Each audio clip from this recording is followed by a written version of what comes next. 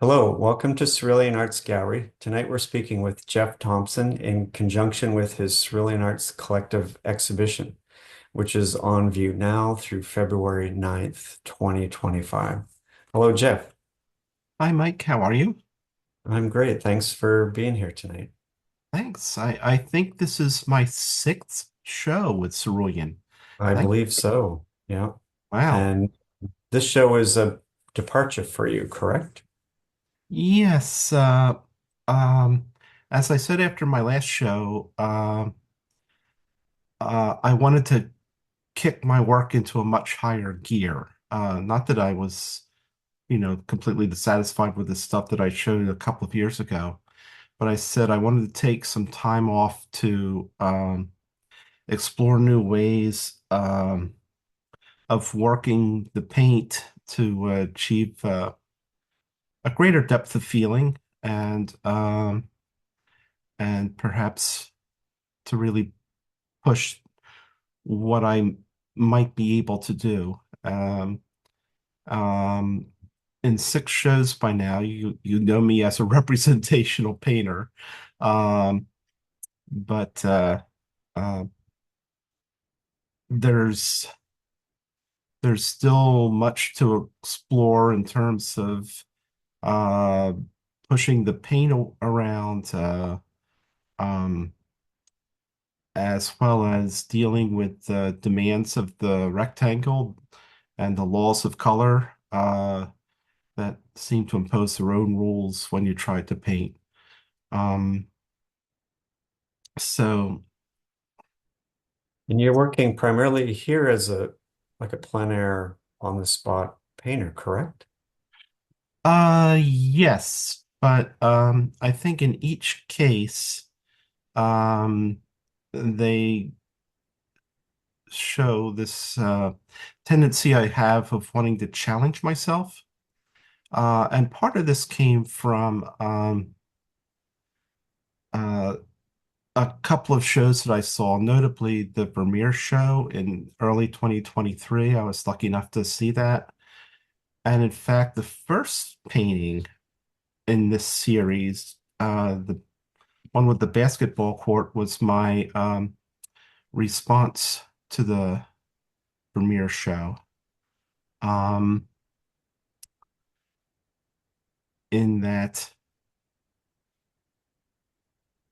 Vermeer and uh, and my favorite painter, Bonnard, uh, who might seem to be like very different painters, actually have several things in common. And most notably is how they used light. A lot of artists use light as a device to reveal action, to reveal form. For other painters like Vermeer at his best, I think, and Bonnard, and of course the Impressionists, light is the action.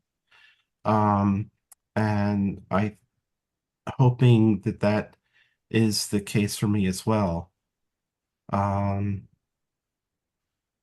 and here's a group of also plein air paintings.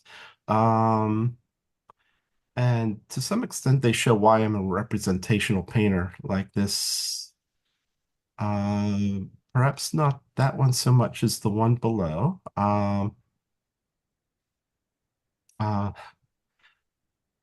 which shows this tree trunk because I paint representationally for several reasons. And one of those is I believe that the particular expression of particular things has a meaning. And so the way a tree trunk uh, is blistered through its bark, the tilt of a head, the certain expression of an animal or a person, those things have value in their own right. And I um, like to depict them if I can, if I can pull it off. And um, quite honestly, if I am able to pull it off to some degree, I get a great degree of satisfaction out of that.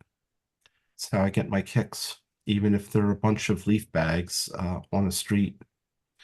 Um, and in this painting too, it's mostly about the light and also a sense of pulsing color that I see in the landscape, um, especially in a fall scene like this. Um,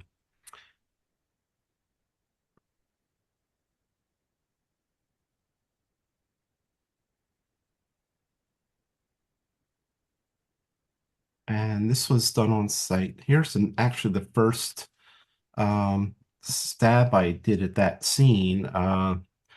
I liked it, but I thought I'm going to try it a different way in a different compositional format. So I was able, see, there's only two leaf bags there at that time. So I went back when there were many more and painted the scene again, trying to um, capture the light as I saw it, and also to take care of things like, pushing the red tree back. Uh, and red, of course, is a color that likes to push forward. So it's challenges like that that I like to set up for myself or try to tackle.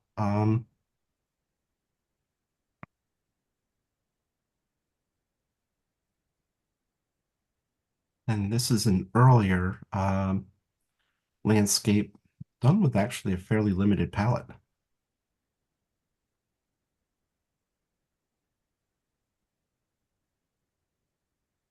But there are ways of making marks and dealing with compositional choices um, and in much later work dealing with issues of transparency versus opaque paint, which I think can add a an extra dimension to how I feel about a subject, and also make it more interesting for the viewer. So in this group of paintings, these five paintings, I decided to give myself a real challenge, and that was to do a painting that corresponded to each of the five movements of a piano suite by Maurice Ravel that he composed in 1904 to 1905, called Miroir, or which in French means reflections or mirrors. Um, he was inspired by a quote from Shakespeare's Julius Caesar, that the eye sees not itself, but by reflection, by other things, which for me means that the things that we see um, and which arrest us and stay with us, not just a momentary thing that we notice, but the things that stay with us reveal in many ways who we are. And although I think for Brutus, who said that, it was about his own reputation. Uh, so when Ravel composed this suite, it was described as a deliberate departure in the ambitious set of five pieces that he intended would offer a far wider range of pianistic possibilities and a canvas on which he would explore a new harmonic idiom. And to some degree, in a much more modest way, that's what I was trying to achieve with these five canvases uh, uh, to explore paint in different ways and to find a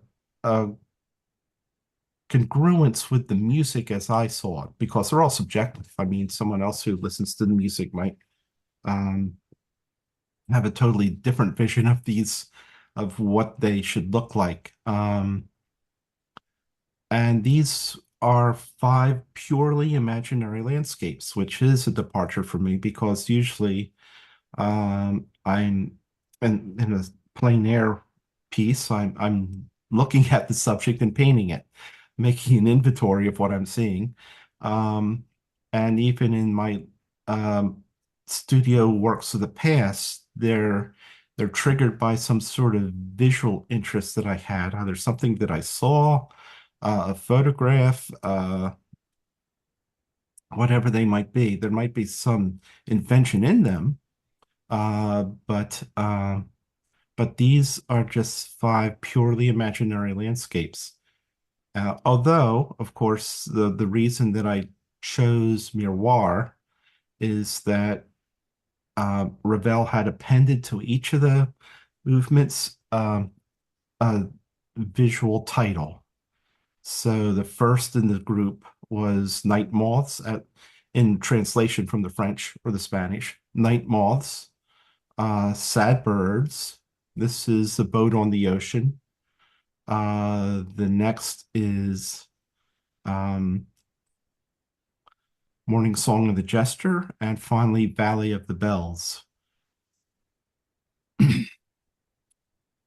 And this one is the boat on the ocean. It's the most impressionistic of the five, I believe, the music that is, and so I painted it in such a way. Of So course, Jeff, were you using any reference material or was it completely imaginary for these? uh, imaginary, but let's say in this one, there's a donkey. I've never drawn or painted donkeys before, so for something like that, I would uh, uh, d- draw and paint donkeys from flat files I had, books, or I'd go to the Elmwood Park Zoo and draw Jenny and Pickles, their two miniature donkeys. Uh, for the Jester, uh, well, I went to the Pennsylvania Academy of the Fine Arts, so um, by now, anyone who goes there could probably draw and paint figures in their sleep. What I did to do that figure is I actually took the pose in the studio, so I could feel how my arms went when I took the pose. I could feel my foot turning inward for stability, although I did take photographs of a friend and Kathy, my wife, with their extended hands and hand holding a friend's ukulele, which subbed for the small guitars that they would use in the 18th century that you'd see in a Vermeer painting, for example. And, as one of my friends pointed out, he liked very much the fact that the shadow of the jester there mirrored perfectly the shape of the form of the donkey's head. Excuse me. And the two cats are my cats, and I draw and paint cats so frequently that that's something else that's can be done out of the head. But this landscape, of course, doesn't exist. It was just who knows where ideas come from, but um, So that's it. what is it about Ravel in particular that attracts you? Well,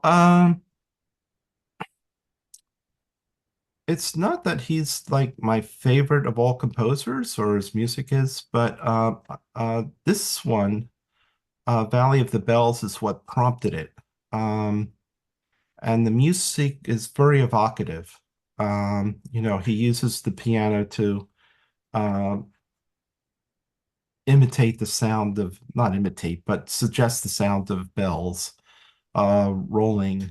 For him, it was through the streets of Paris. But whenever I'd hear that music, I think of the English pastoral painters like Samuel Palmer or early Turner, or the English watercolorists of the 19th century, or the 20th century woodcut artists who depicted the countryside. And so I thought maybe could do maybe paint that out of my head. But then I thought, well, let's do the other four as well, which was a daunting challenge since, I mean, how the hell do you paint Morning Song of the Jester? So it took a lot of trial and error to get to where I wanted to be with these. And if truth be told, I could even paint them differently today, some of them anyway. And I would listen to the music the whole time. And believe it or not, in this over those 2 years, I never got sick of the music, which is kind of a minor miracle. And the two on the right, these two night scenes were actually um, intended to be the first in the series Night Moths. Um, and although I'd spent months on each of them to make them, I ultimately decided that they didn't fit in either with my conception of the music as I continued to hear it, or I didn't think that they would behave well with the other four paintings because I would, in a sense, I'd hope that the series is actually one painting, the painting divided into five parts. This one, but I like these paintings anyway, and so I uh, framed them and of course exhibited them here. This one's called Night Moths in Chestnut Hill, and in it, in this painting, you can see one of the devices that I sort of came up with to compose my works, and that is the dark transparencies of a tree in a corner or a donkey in another corner, uh, something that you see out of the corner of your eye, but you don't get stuck on it. You go past it into the painting. I hope, though. That's the hope. It's actually a device that Bernard used a lot. And this also was going to be Noctuelle Night Moths in the Miroir series, but I didn't think that uh, the city scene actually um, corresponded that well to the music either, or with the other paintings that I had conceived. Um, and in a sense, this is sort of a remembrance of the time when I worked in the city. I was a lawyer for many years, and the times I would walk through Rittenhouse Square at night or Washington Square. There's no reference that I used, but it was just um, purely a remembrance. So it's completely made up. Although the figures in the dress shop are taken from uh, the paintings by Gerard Terborch of his Loose and Wanton Women,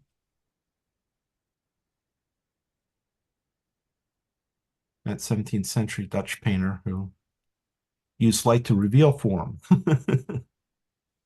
uh, and on this wall, there's a series of the studies that I do. I have a very methodical, lengthy approach to doing this, which when I tell people about how I work, they seem to flee in terror and say I could never spend that much time working this way. I would argue, on the other hand, that it's much quicker to work this way.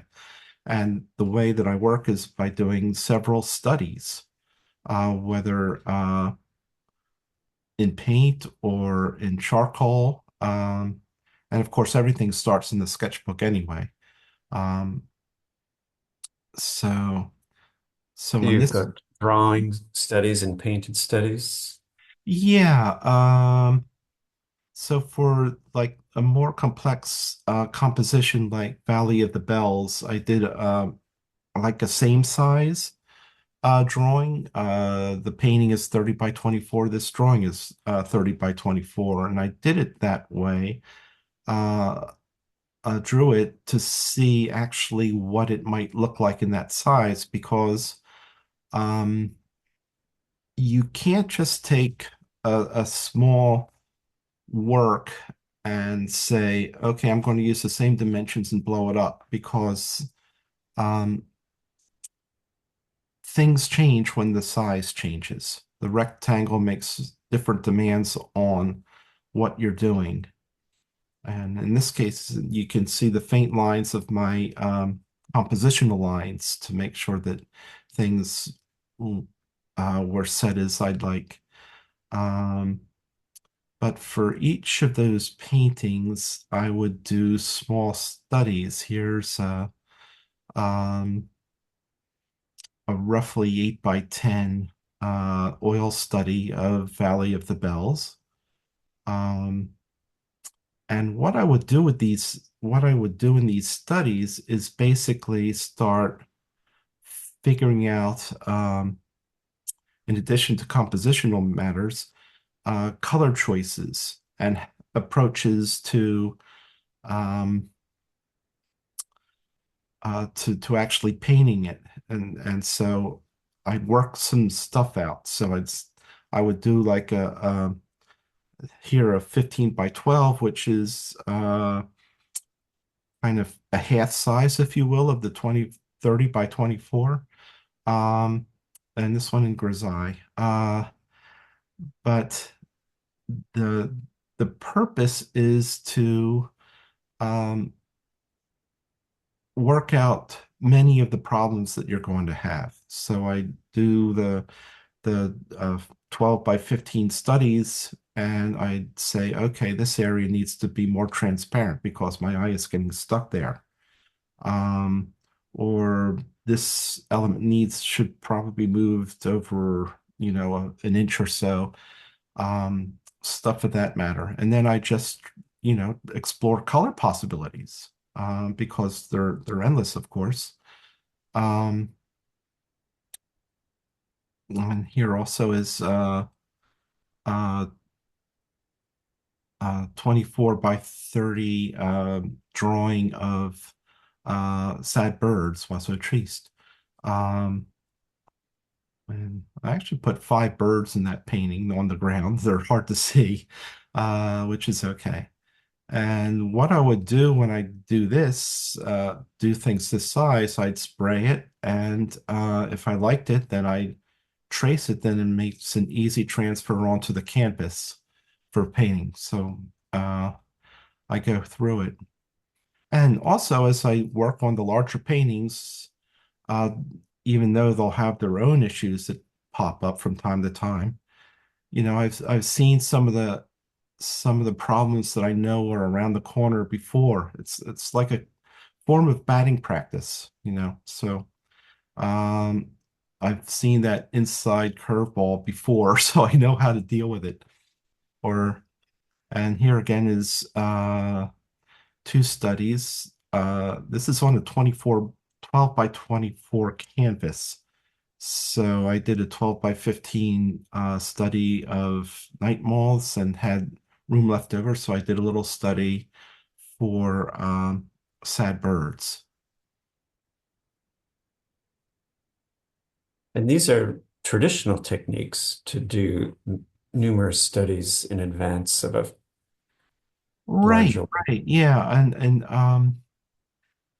I guess it's an issue of temperament. Some people, it would drive them nuts. But again, I would emphasize that things actually go smoother by doing it this way, so that when you approach a canvas at this size, 24 by 30, that's what these guys are.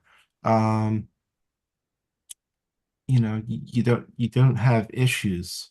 For among other things, these works explore transparencies versus opacities as well as different color things. And so if you work out everything on that one canvas, you're going to destroy the transparencies.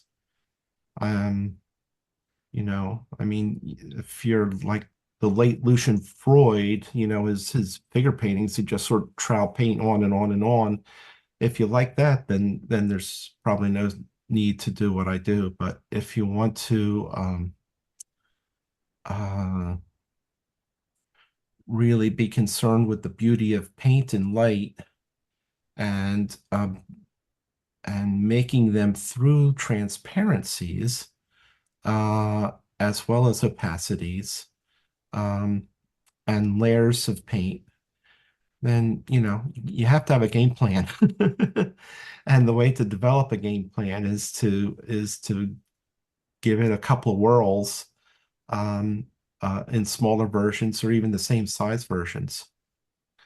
Um, So how does it compare to when you're outside painting? Do you like work directly on your surface, or do you do drawings, like a few drawings to warm up, or it varies.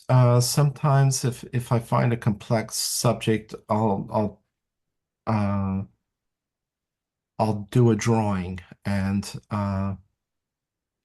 but these like those three, I just uh sat down or stood and on the spot did the drawing with my brush, usually with like a transparent earth yellow is a good go-to, or maybe a mix that with a little burnt sienna or transparent red oxide. I like to use a lot of thin transparencies and then build things up.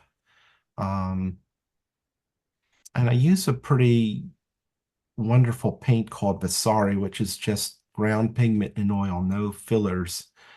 And because I love the punch and the vibrancy and the pulsing um, sense of depth and color that I can get with them. Um, yeah, your color is very vibrant. It also has a very creamy quality to it. yes, they're very creamy paints and they mix together like a dream.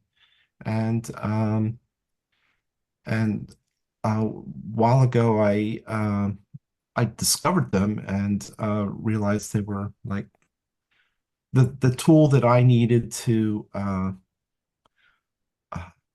achieve how I saw the world, the pulsing sense of color and depth in the landscape. Um, if you wanted to paint like Andrew Wyeth, you wouldn't need these kinds of paints, but I was lucky enough to stumble upon them. Oh, I Well, should it's also oh, go ahead. no, I should also note that there are QR codes to each of the five paintings of the Miroir series where you can um, access the music as for each of those movements. Um, it's not having a baby grand piano in there. So it sounds a little tinny on a cell phone, but um, it'll give you a taste, and hopefully that you'll explore it further. Well, it's a wonderful show, Jeff. Oh, thank you, Mike. I appreciate it. It might take me another 2 years to do another one. That's right. You're right. The show's up through February 9th. We hope people come down to see it. And everything is also available on our website, ceruleanarts.com. Well, thanks again for being here and have a great night. Thank you, Mike. You too. All right, take care. You too.